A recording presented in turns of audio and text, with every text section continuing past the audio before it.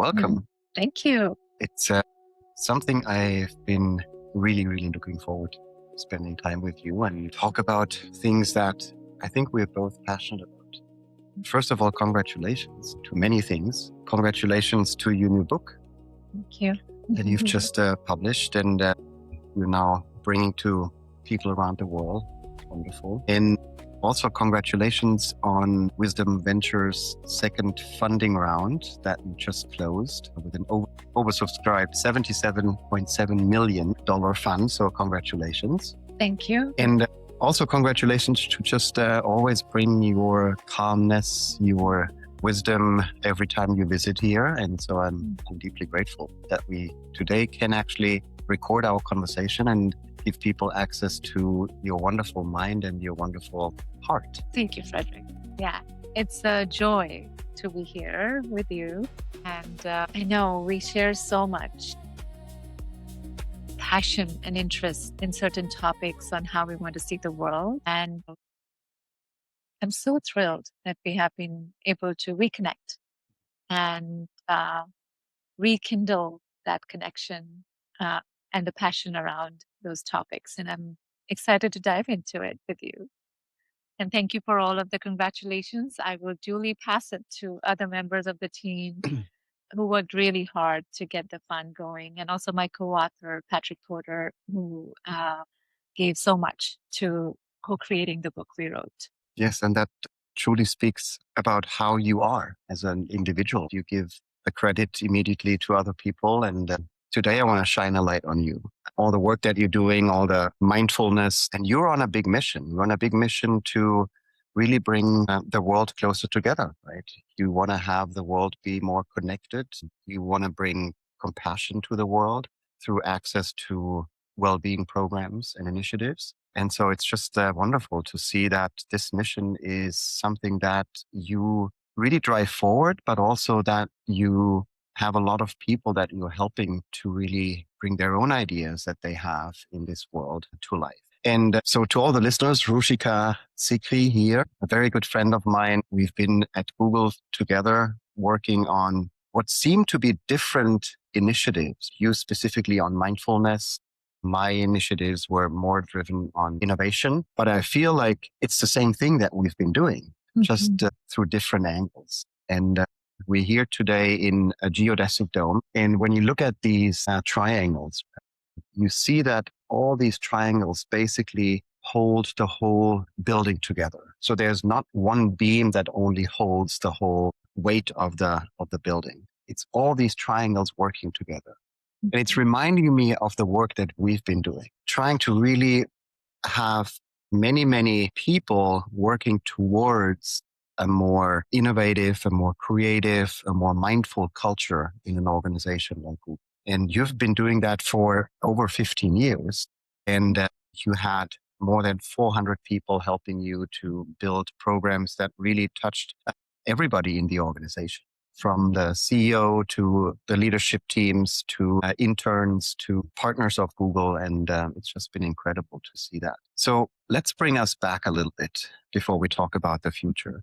What was your initial motivation to really bring more mindfulness into an organization like Google? Thank you, Frederick. I think the analogy that you just painted on, these triangles holding this building together, and, any building, like you look at it, the beams and all of the things that come together is what brings things to life. None of us can just do it alone. And I think that is another thing that you and I share, the trust in building communities and knowing that the power of that community is so much more. My grandmother used to tell me, you try to lift something with one finger. Like if you try to lift something, it's hard, right? But if you put all your fingers together and multiple hands join, we can move mountains and, really shift things in the world. So, but then each of us have to come together to do that. And I think we had such a beautiful opportunity to be in a position and have the support at Google to be surrounded by not just executives who believed in the programs we launched and scaled at Google, but the community that came along. So many volunteers came and trained in the program that you were teaching, and same with mindfulness and compassion. We had these 400 amazing Googlers doing regular jobs like being an engineer or a salesperson or a finance operator, and they found something in meditation and mindfulness, and they wanted to share it with their peer groups. And my motivation was no different, to be honest. I joined Google in 2006, and was still settling down in America, even though I had moved here in 1999, close to that time. But it really hit me when I became a mother, that how important health and well-being and a community is, when you're raising a child. I was reading somewhere today that, it takes a village it always has taken a village to bring up humans, but we have now become such isolated satellite families or individuals that it's hard to kind of live in that pattern anymore. And lo and behold, I was managing home life, bringing up a kid, my beautiful daughter, and the intensity of working at Google. I was not doing mindfulness learning at that time. And one day, I just had this like massive heart palpitation. And I was probably in my early 30s. And that was quite concerning. And I went to an on site doctor, all the privileges we had at Google, right? Like right around the corner, we had a doctor office. And the doctor told me, like, just to manage my stress. She didn't ask me to go do blood work or she said, do your normal tests. But I think, you might be experiencing stress when she asked me certain questions. I was working 14, 15 hours a day and taking care of home stuff and trying to like spend time with my daughter beyond just feeding her food and giving her a bath. And that was all kind of weighing on me. So when I did that, and so she said, like, go practice this box breathing, like mindful breathing. And I had never heard of mindful breathing or anything like that, even though I grew up in India, first 23 years of my life. I had heard about yoga, I had heard about breath work and meditation, but my family didn't practice it. So I didn't know. And so I said, okay, I started doing some of that practice before I went to bed, like lying down on the bed. And then I found this group at Google who was meditating in a conference room. I was walking by the hallway and I saw a sign on the Zaragoza conference room in Building 40, as if you would remember, where it said, we meditate here every Thursday at 2 p.m. And I walked in one of the Thursdays and I sat there. And as I've mentioned before, in my book as well, that it was the most excruciatingly painful 20 minutes of my life because I didn't know what was going on. And later I realized the agony was like sitting with all of the craziness that is going on in our brain, in our body, the sensations, the thoughts, the feelings. And the way I used to cope with it is to move more and fight more and be more feverish. And when I kind of just stopped, all of it was like the demons that just showed up in front. But towards the end of it, when the bell rang, I felt some sort of calm. And I'm like, what was that? Like I was feeling so unsettled through these 20 minutes, but something shifted.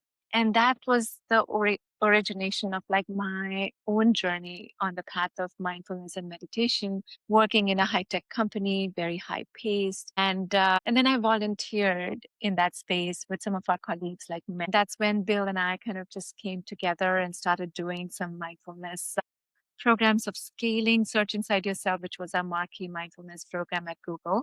And then also created this community of practice called gPause, where people can actually go and sit, because mindfulness works not only when you read the book or listen to a talk, but when you sit in practice. And that's when we started developing a community of all the Googlers who were so happy to come and join us and have the permission to do this. Who knew? Amazing. Yes. Thanks for sharing that story. Yeah. So powerful to hear that from your own experience, being stressed and feeling overwhelmed, starting to engage in mindfulness practice and joining a very small group, right, in a conference room, probably by accident, right, just passing by and seeing like what they're doing and joining them, to now scaling that to a whole organization, like bringing that to everyone.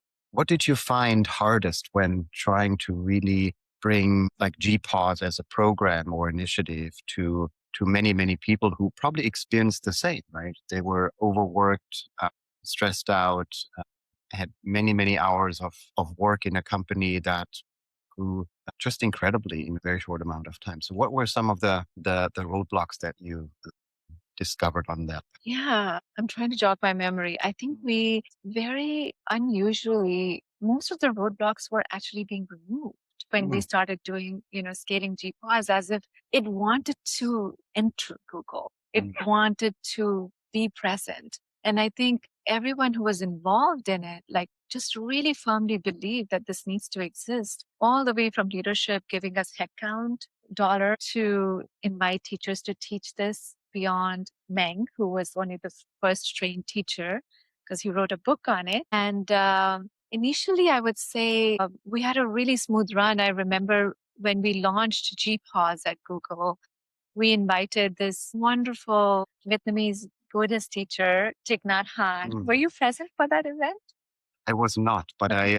I watched the videos afterwards, and You I did. was yes. I think often about things that I've missed in my life, and this was one of the things that I definitely feel that I would have tremendously benefited from being present at that time in that event. Yeah, but Yeah. tell us more Yeah. how that went. Oh, I'm sure I'm glad you caught up, and you were so, part of the heartbeat of these programs at Google with teaching empathy and compassion in your programs too. But the way it started was like, so we had a meeting with the leadership team, and they said, well, if this works and if it supports employees' health and well-being and helps people build emotional intelligence and better teamwork skills and leadership skills, and let's make it run through the taps.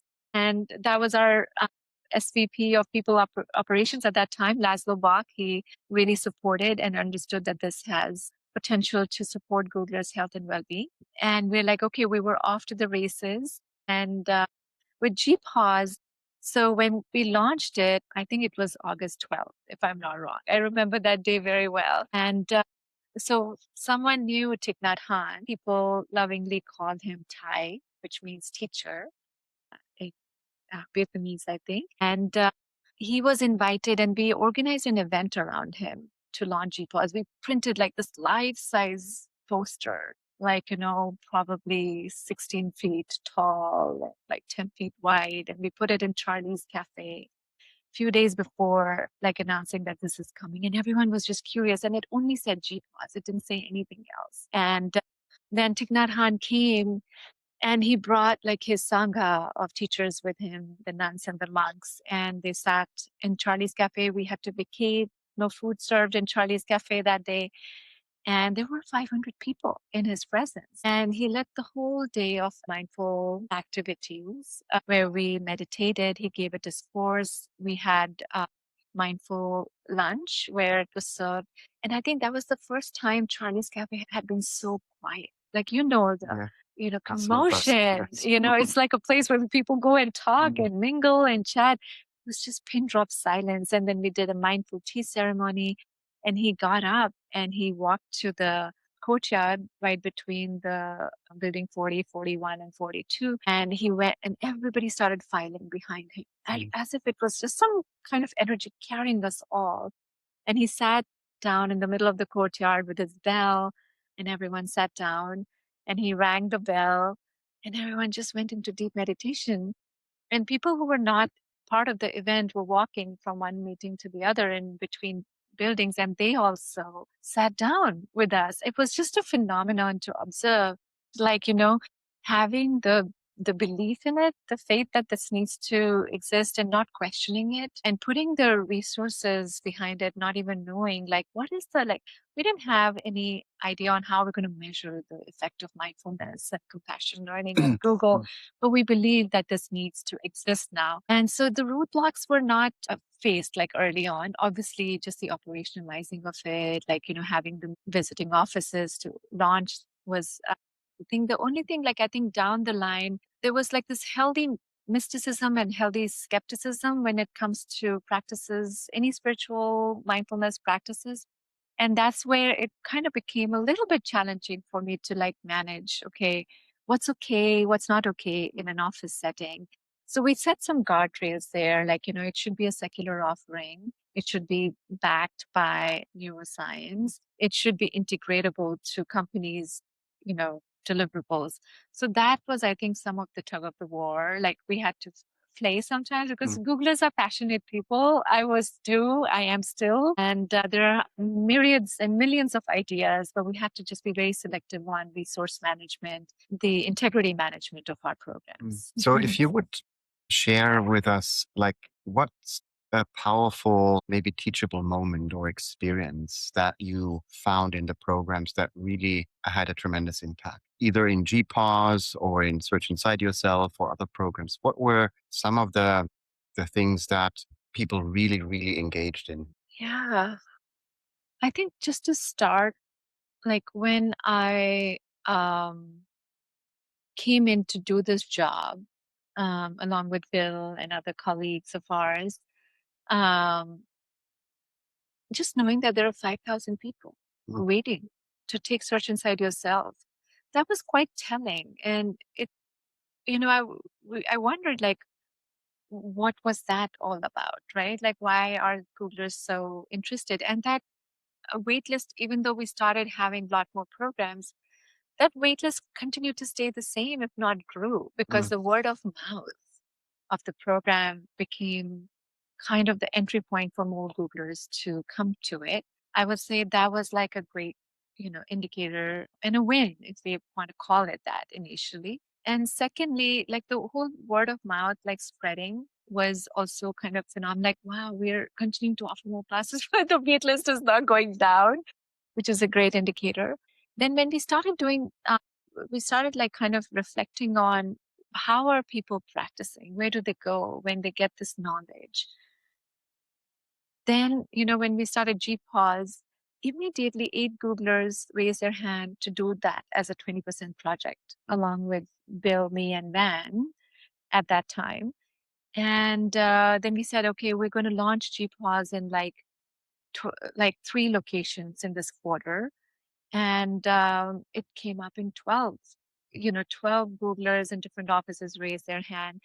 So I'm not talking about like hard metrics that, people analytics team but those were just kind of these like signals we were getting that this is important for Googlers and they want to not just participate in a program, but offer it ahead. And then we started seeing improvement in our Googlegeist well-being survey results as well, and which is a compounding effect of the organization started stabilizing. We had more leadership presence and vision was clearly communicated. And we created a lot more resources within people dev, through our team, and through Rue's real estate and workplace benefits team. We worked very closely with them also on coming up with some great ideas on helping Googlers have a quiet room. I don't know if you noticed, like by the time we left, every new building of Google had a quiet room. And that was a big contribution that, gPause and SIY kind of programs could create at the physical level.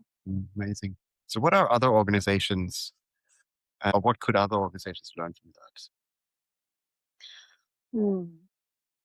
I think it is so important to pay attention to humans in your organization. Your organization won't exist if these people were not there, you and I were not there. All of the innovation, the creativity, the execution, the operationalization, the bottom line of the company is driven by human factor, right? I actually just recently wrote an article on LinkedIn around this, that some of the hypergrowth companies are on that hypergrowth pattern, obviously because AI is supporting, but underneath it all, it's the human heartbeat that's actually advancing all of this work in the world, right? And I worry right now that what I've been hearing from the grapevine is that the expectation right now in tech companies is going back to 9 to 9, right? 9 a.m. to 9 p.m. In some companies, it's like 9 to 4 a.m. or 9 to 6 a.m., like is how people are living. And we need to realize, like, the body and the brain we've been given, we have finite resources. It's not in, we have infinite creativity, infinite intentionality, possibilities. But the resources are limited and we need to renew it. And there are ways to renew it, as I write in the book, is to pay attention to our physical health first. It's physically impossible for all the people. Maybe some people are built differently and they can sleep under their desk and wake up and do the work. And I'm not generalizing by any means, but a lot of us have families to go back to. We have our own health and well-being concerns that need to be catered to. So my advice or invitation for most organizations would be to really pay attention to how do some free thinking rather than post um, management of the negatives that can come through if you're not paying attention to how humans are cared for in your organization. Wonderful. So let's go back briefly to some of the teachers that you've engaged with and that you've learned from. Who would you say had the biggest impact on your life? Yeah. My teacher, Sri Ravi Shankar, he is the founder of Art of Living, has had profound impact in my life. I have been practicing in its tradition for probably 20 years now. 2006 is when I did the first program. Thich Nhat Hanh has had big impact on my learning. There is just such a beautiful way he narrates Buddhism and the application of it in our real everyday life as a parent, as a co-worker, as a leader of the company, as a contributor to world's well-being and our planet's flourishing. Um, Other teacher Sharon Sal's work has been very influential in my journey. Jack Kornfield, who I have such a deep pleasure to work with. I've read a lot about his books and I listen to his podcast. Are just to just name a few, and there have been so many. Now, these are formal teachers. If you ask for my informal teachers, the biggest teachers are my children. You know, I have really learned what it is to be a real human after I became a mother. I truly have. The opportunities to learn and open up and expand myself. I don't think it was possible if I didn't have my daughter and my son. And they nourish and they help me learn more about myself every day. Mm, Wonderful. I recently read or listened to Jack's conversation, and I think he mentioned that he also worked with Google leadership. And how he did it was fascinating because he entered the room, conference room, 10, 12 leaders were sitting around the table. And before anything started and before any conversation started or even introductions, he put a candle in the middle of the table and he lit the candle and he just invited everybody to just be quiet for some minutes. And I think that whole ritual or ceremony just changed the whole conversation. And it's just a beautiful act to do something like that. Or as we prepared some tea together before we have our conversations and had a nice cookie, a matcha cookie together as well. And I think those little things that we do really have a tremendous impact on how the conversations are going. So taking us back into that conference room that you joined, right, after you felt stressed out and you joined a group of meditators and taking us into the present moment, how has Ruchika changed? And how has the work that you've been doing changed you? So that's a beautiful question. I think if I had to describe that in one line, um, I would say a big invitation is always in front of me to shift from doing to being. Mm. Tell me more about that. Yeah. So, you know, just a bit of a backstory. Like I grew up back in India where I did not have a lot of resources. So, like for me, having an ability to be independent financially was very important. And it became very clear to me early on in my life. We were safe and cared for, but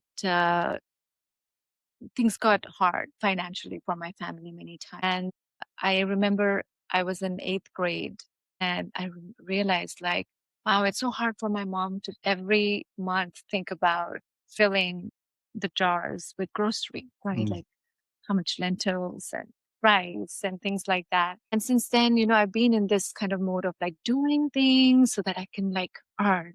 So I started helping her, like, with some home business. Like we would go to these wholesale markets like in New Delhi and buy clothes at wholesale. And then she would put up like a pop-up shop in the house. And that would bring community and friends to our home, which was so beautiful. But, she would also end up making money.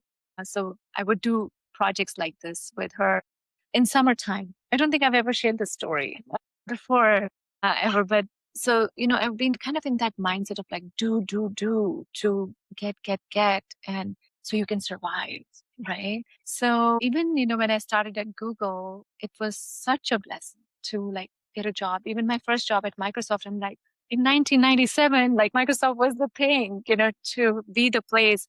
And I felt like my doership actually got me into those companies because I was, very focused on my education, being presentable, getting through the interview processes, learning, growing. And I did that all by doing. And I think we just talked about how we have finite resources. And if you keep doing, your heart is going to give up on you, or your brain is going to give up on you, or you're going to fall sick and have chronic and acute diseases that can happen. And I'm grateful that I found myself in that room. And even though it was excruciatingly painful, I realized like my doership is demonizing like my sense of existence, on living in the present moment as I started learning the language around it.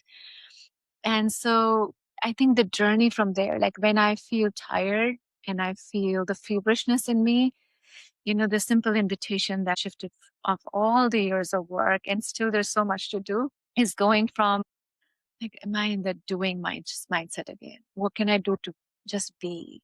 And as we were just having a side conversation before we started the podcast, I'm trying to break out of the pattern of doing my meditation, doing my yoga, and doing social connection. And I'm like, how can I just be in meditation? How can I be in yoga? How can I be in human connection like this? And I think that is the fundamental shift that I hope I can deepen and embrace more between that Ruchika and now. What are some of the practices that you were experimenting with to, as you said, get out of this doing into just being? Like, what are some of the practices that? On a very generic level, like I like to cook, and cooking was also a doing for me, but I'm trying to be with cooking. So that is a shift, like really feeling the texture of the onion I'm peeling, or the garlic I'm mincing, or vegetables I'm chopping. Really like sensory pleasures of cooking rather than like, let's get the dinner on table. And sometimes that happens too. I do have steady meditation practice. So, I do 20 to 30 minutes of silent sitting. Before that, I do my pranayama. And, depending on the day, I also try to squeeze in my yoga. But it's very hard to kind of squeeze in everything. So I'm just like in summertime, especially, I'm like, okay, when I need it, I will do it. Right. Like, so not kind of making it a regiment. For social connection, I think is so important. I lost both my parents over the last 5 years, and it has been very uprooting for me to be in this grief and sorrow state. So I'm looking for avenues to connect with my family members back in India, calling my dad's sisters, my cousins, my brother who lives there, just to keep my roots connected. And I'm also trying out this app, which my wonderful friends, Richard and Teresa, have been at it for like multiple years, called Pure. It's Puur, where you can actually go and do a Pure every day, which is basically compassionate listening and celebrating the vulnerability of our day we can bring into each other.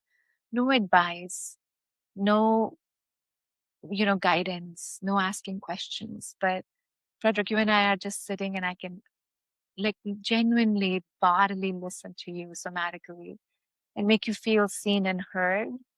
That releases so much of this anxiety of like, I'm alone, I'm lonely, because that is a big epidemic that no one talks about.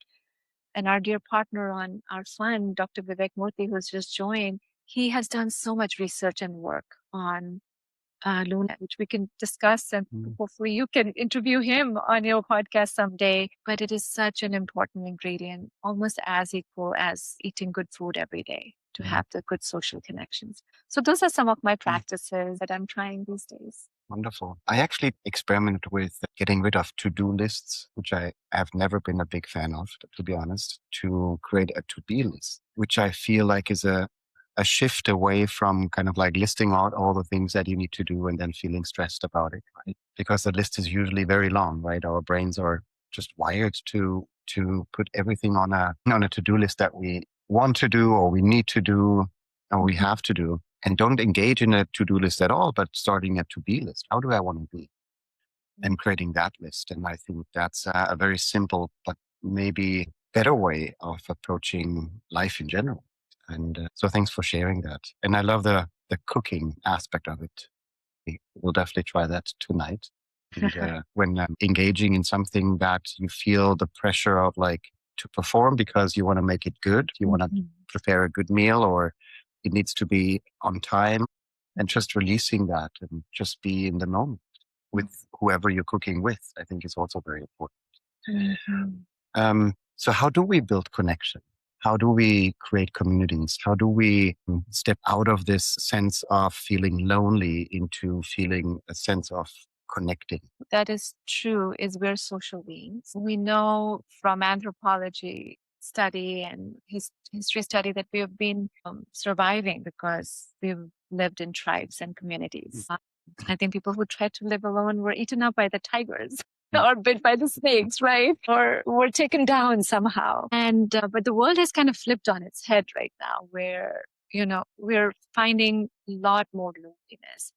And I often ask the question, like when I'm feeling lonely or someone is feeling lonely, what is underneath it? Is it fear? Is it guilt? Is it shame? What is it that does not allow us to reach out and ask for help?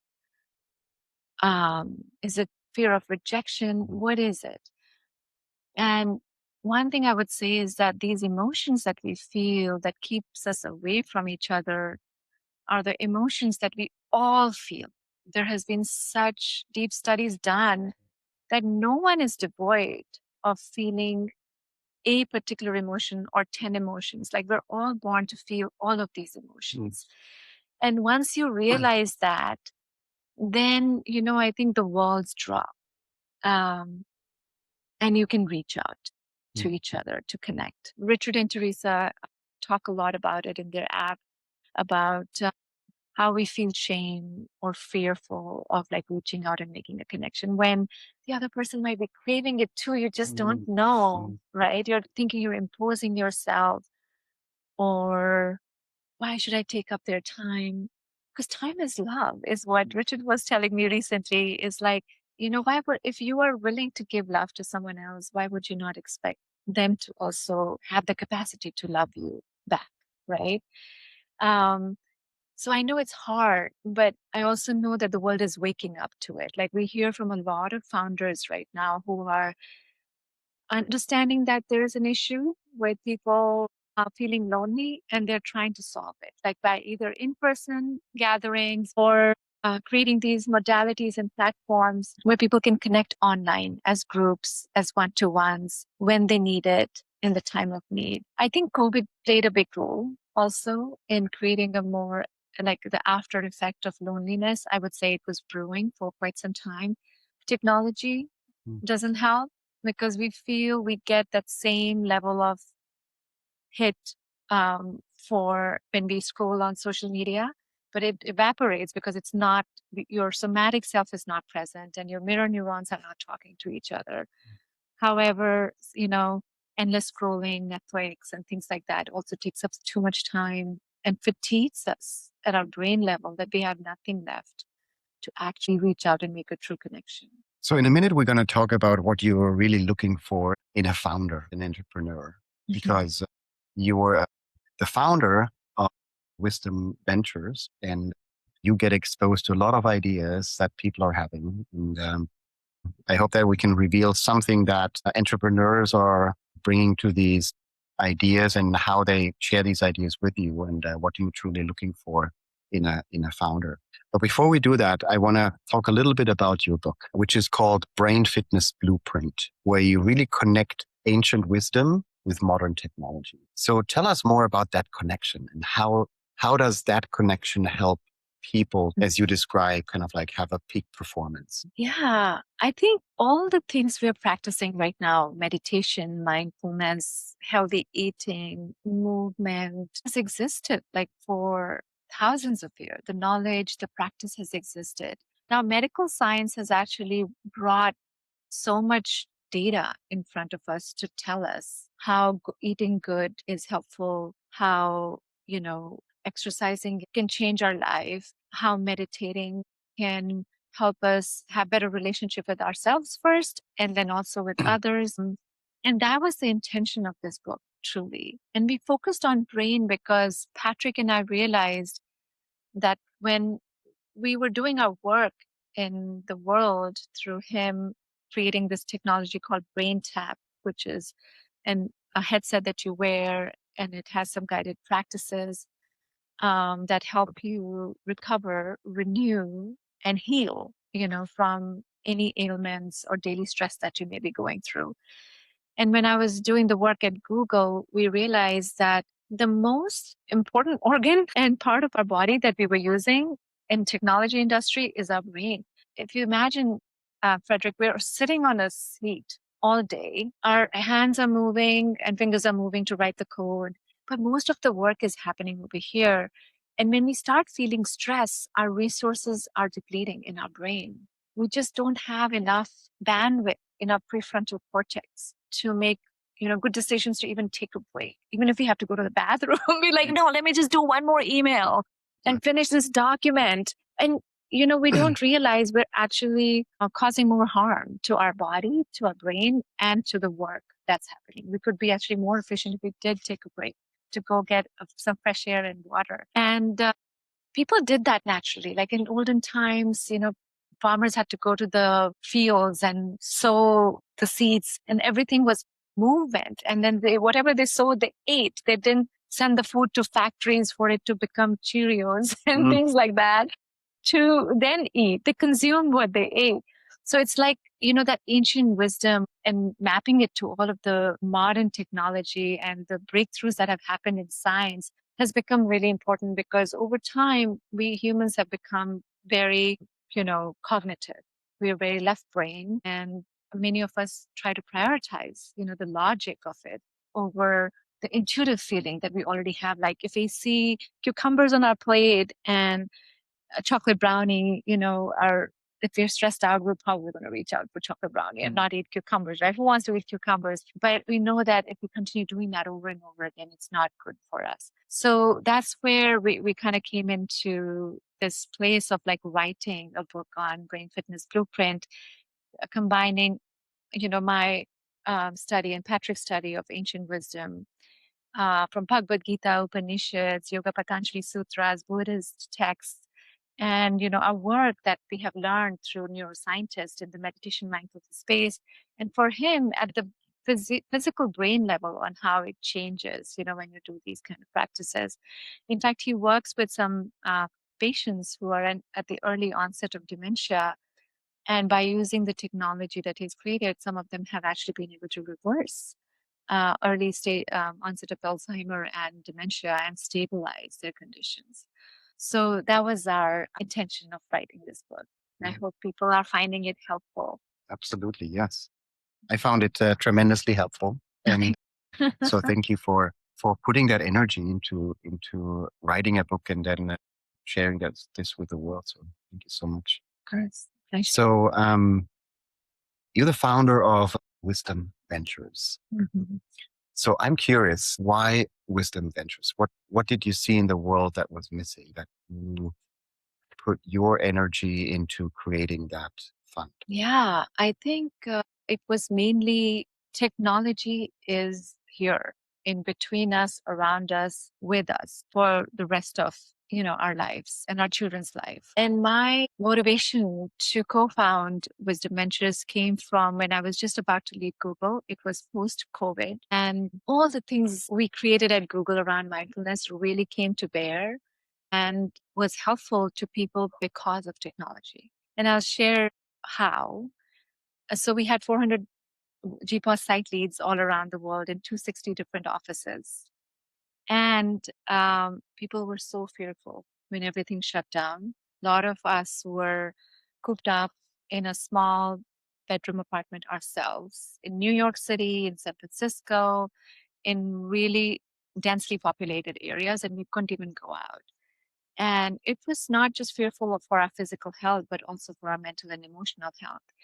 So at that time, I saw the gPause site leads actually started offering a meditation session at the top of the hour throughout the 24-hour period. I think maybe we were missing 2 or 3 slots, but I saw that I sent out an invitation. I'm like, if you can host a meditation session and hold the community together through these trying times, we would so appreciate it. And pretty much all the slots got signed up. So I could be in New York at 3 a.m.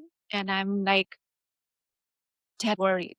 Like, well, how are my parents doing? I don't have milk in the fridge. How do I get food for my next meal? You could dial into a gPause happening in Singapore and talk to your colleagues and manage your anxiety. And that wouldn't be possible if technology was not with us, right? And at that time, because the demand for well-being programs were going so high, even before COVID, we had started like subscribing Googlers to free Headspace, free Calm, and many other avenues for them to embrace well-being practices if they can't go to a gPause site to practice. And I started seeing this trend that technology can really be directed in this direction of helping people live better, be more connected to themselves. Then I met Soren after I left Google, who is the founder of Wisdom 2.0, and that's how the name for Wisdom Lectures also came through, and where he was hosting conferences every year where he would invite Buddhist monk, neuroscientist, um, psychologist, top neuroscientist, and Silicon Valley leaders from Meta, from Google, now from OpenAI, and Anthropic, to have a conversation on how we can all work towards directing technology to do the right thing for the world, to create more human flourishing instead of depletion. And at that time, the Social Dilemma movie also came out, where a lot of executives came out and said how the algorithms work to actually play with our minds and, deplete us of the energy. So we felt like it was time to instead of think about darkness, light a candle. And I borrow this from Soren and Jack because they use this analogy a lot. And so we lit a candle. We were like, okay, it was Soren, me, Cecily, and Gus, who we call our sensei. Gus had been a very seasoned VC in the Valley. He had led many important rounds in investment, and he was guiding us. And I had no idea, Frederick, on how to do venture. I was like a program lead at Google, right? And I've only had experience in big tech companies, but I believed in it. And I created like a 2-pager project map on how we're going to do this. And everyone was like, okay, let's just do it. And then we created a vision. We hired someone external, a very insightful person like you who could just help us sit in this space of openness with a lot of curiosity, and then lean into that divergent thinking and then convergent thinking, like how you teach us. And then we came up with a hypothesis, a mission, and a vision. And we were off to the races to raise fund. And we like, can we raise $2 million and give 100K checks to the founders? We ended up raising 10 million as our first round, and very grateful. And as you said, we've just recently closed a 77.7 million fund, and Dr. Vivek Murthy joined us. It's just the intentionality and conviction and hard work I feel, brings out the results, that help everybody else who gets impacted by it too. Wonderful. So what are you looking for in a founder when, you listen to all these great ideas? I imagine that you want to see the human and how that human is behind the idea they're pitching. So first, what are you looking for in a founder, but also how are you looking for the things that you feel make these founders successful? We're 8 of us on the team now, and I'm sure each of us have a very unique lens towards that, but there's definitely overlaps on how we see it. We never discuss it, out and open, what's the rubric of evaluating a founder? So there's no. No, we Okay. don't have a rubric, but we have an intuitive sense of what it is. So for me, it is, I was just thinking about it the other day, sincerity of the person, sincerity of. And how do you sense that? It's so intuitive. It comes across. Well, there are some signals. I would say if a founder would come and pitch an idea to us, why does that idea matter to them? What have they experienced as a problem, as a suffering? If this problem was not solved, they or their loved ones or the society at large will continue struggling in some ways or be depleted, or things may get worse if they didn't act on that idea. That's my definition of sincerity, of like feeling the pain to then be able to put the force behind the idea, to say, I really want it solved. And I'm so happy to share most of the founders we meet come with that level of conviction. They've had firsthand or secondhand level of understanding of the pain at the real level, not just a storytelling part of it, but they have experienced it. So I look for that.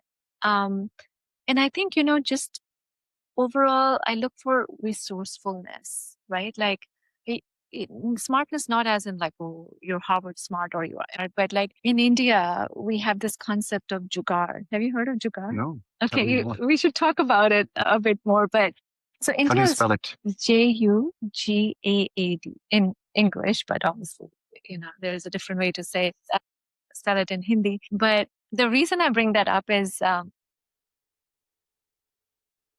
we have very little resources in India, right? I grew up with very little resources. But if a tap would break in my family, we wouldn't call a plumber because sometimes we couldn't afford it. But my dad would have some way of doing the jugaad to close the tap if the water was getting wasted, or find another tap, even though he was never trained to be a plumber, to go fix it himself. And we all have it in us. Like I call it like this resourcefulness of like, I believe in this idea. I think it matters. It needs to exist. I am all behind it, and I'll figure out how I will make it happen. So there's that sense of doubt is not there. Like, the conviction is there. And resourcefulness can mean that you have the knowledge and you have people around you. You can lean in, you can ask for money, you can ask for support, you can ask for mentorship, you can ask for guidance. I did a startup myself recently with young Pueblo. And oh my God, it's hard to be a founder, much harder, than I have been as a VC, I would say. I sit on the other side of the chair and I look at the deals. But my God, like every day you have to wear a different hat. Like one day I'm the chief executive officer. Second day I'm the chief legal officer. The third day I'm the janitor of the company. I have to do some cleanups, and I have to figure out how to do, pay people and ask for advisors to give us advice and give them an allocation in the company and things like that. So and the other day, I'm a finance person, right? So founders work with very minimal resources, especially when they're at the seed idea. And so it's very important to be resourceful and know, this kind of art of jugaad somehow. Then I feel hard work. I think these things don't happen. Like, each of us come up with our assessment and we share confidentially our own vote and comments. And then, we make a collective decision as a team whether to move forward or not. So if you believe in an idea and the founder, how are you supporting them on the journey to making their vision come true? Are you sharing practices with them that you found helpful? Are you teaching them in some way? Are you connecting them with some teachers that you find insightful? What are the mechanisms that they receive support? From Wisdom Ventures? Yeah.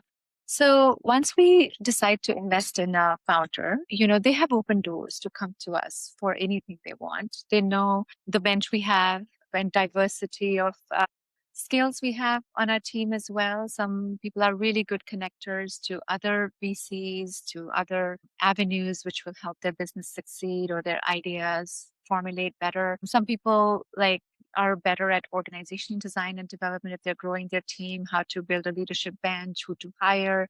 connecting them with the right people. Jack Kornfield, I would say, is like really good at like going in. How you shared the example, which I didn't know, like he did that with Google leadership team. But be present, if he has time and if it feels right, to be with the team to help them out through some of the crossroad decisions they might have to make to stay loyal to their values. And so I think it depends on what the founders need. We don't insert or force our way in. We just wait for our founders know that we're just a phone call and an email away if they need anything.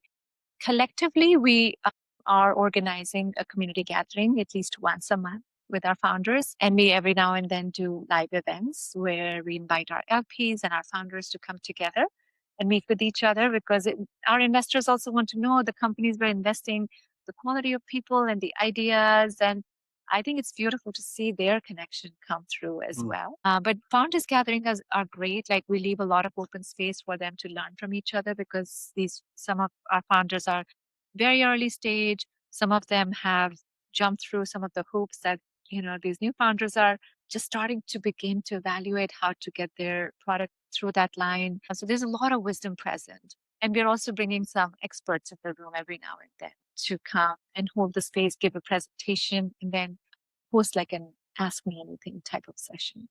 So we are we're learning. I would say I think there's a lot we can do, but we're offering what we can, and when we get asked. Thanks for sharing. So I had the great joy to participate in many experiences that you hosted and taught at Google. I think every leadership meeting we had, you offered, a mindful practice or a couple of minutes of a mindfulness moment. And so would you share one with our listeners right now? Anything that you feel would help you, would help some of our listeners that are in various emotions, as you've shared, right? Everybody has a set of emotions that they're experiencing right now, right? It might be feeling stress, it might be feeling lonely, it might be feeling joy, it might be feeling happiness, right? Any of those. Is there something that you would feel would be fitting this moment? Yeah, let me think. Thank you for the invitation. Yeah, we can do a little practice, and hopefully that would be helpful for our listeners also today. Sure. Yeah, okay. All right. Okay. Well, let's just invite our attention wherever it may be, from talking, listening, scrolling, thinking, to simply arrive in this moment. And one of the anchor we can use to give a gentle invitation to our attention is by anchoring it in our breath. And if that feels too fleeting, we can even simply place our attention in our palms. You can open your palms up to the sky. So choose your anchor in the moment, maybe the palms of your hands or your incoming breath and outgoing breath.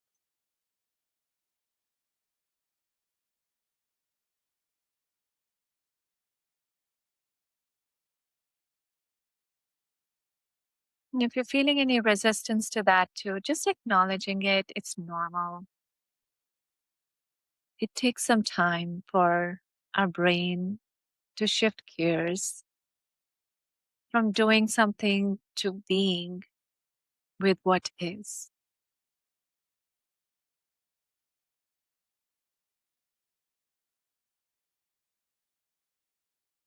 Simply noticing that you're breathing in this moment. As long as we're alive, this breath is with us.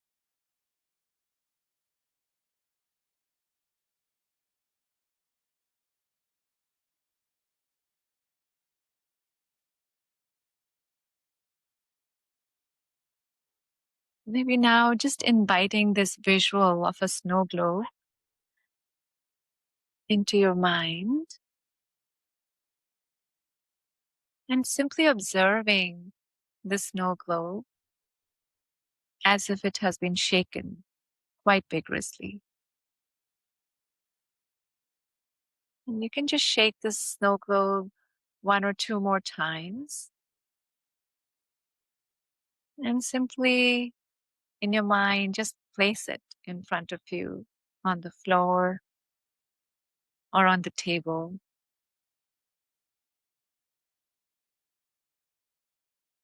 And just watch the snow globe, all of the dust or the snow in it settling down. As we know, it won't happen right away, but just the process of watching.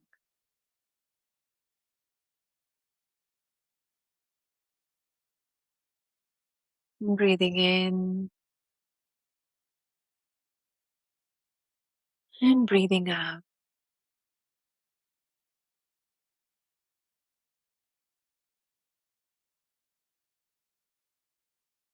For each of us, the snow globe might look different, and that's okay. They're all unique. We've had our own unique day play out for us so far. Being kind to yourself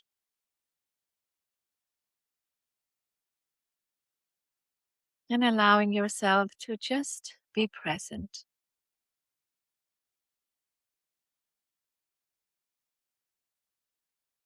And if you're having difficulty with this, sometimes I just place both my hands on my chest.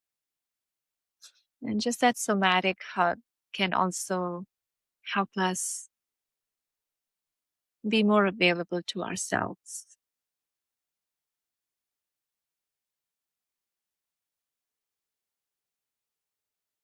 And if you do so, you can now probably feel your breath even more as it enters your chest.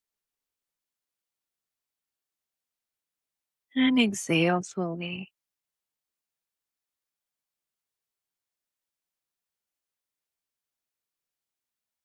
And now, at your own pace, for your next few seconds, just being with the breath, watching the snow settle in our own personal snow globes.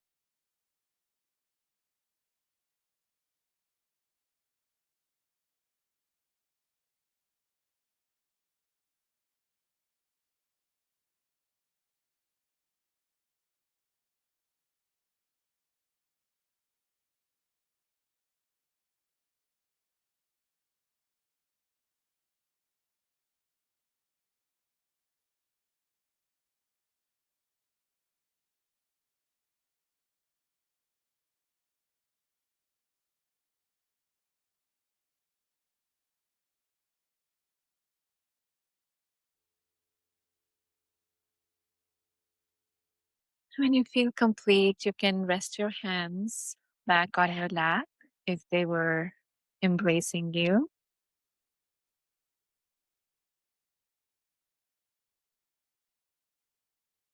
Reconnecting with our breath, our body,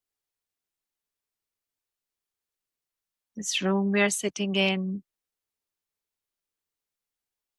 the chair or the cushion holding us comfortably, our feet on the ground. Simply observing, hopefully, our snow has settled, even a little bit or all of it for some of us, without any judgment or preconceptions, just staying and accepting this moment the way it is.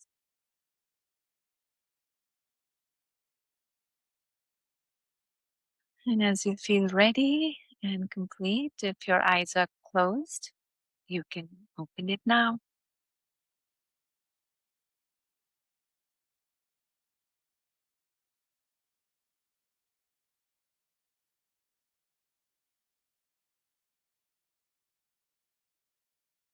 Thank you. Thank you. Thank you, Frederick. Wonderful. So I want to close with a question that maybe gives you, maybe gives us, maybe gives everyone hope for the future. So what's one thing that gives you, Ruchika, hope? for the future? So much. I think I may be wearing colored glasses, but the community I live in, the people I meet, you, Frederick, our children, amazing founders who are creating with so much kindness and compassion in their hearts. It gives me a lot of hope. I feel there's a collective awakening happening right now. I'm finding myself more and more in circles, in community, where people are looking deeply into what we're creating and the impact it's having in the world. And just awareness of that, we have opened up to that dimension of looking deeply, noticing, and taking ownership to whatever degree we can, gives me a lot of. Thank you. Thank you. Thank you so much for being here, for who you are, and what you're changing in the world. I think you're a wonderful person, and I hope that you have a chance to give many, many founders the opportunity to make their dreams come true and build technologies and initiatives and organizations that truly help all of us here on this planet. So thanks for who you are. Yeah. And if this episode has sparked something in you, if you feel maybe a little more calm, maybe a little bit more confident, if you feel better in general, please share it with a friend. You can find Ruchika Sikri with Wisdom Ventures online. You can find her book, Brain Fitness Blueprint, everywhere where books are available. This is the future is how. And I truly, truly enjoyed this conversation. So thank you so much for being here. What a pleasure. Thank you so much, Frederick.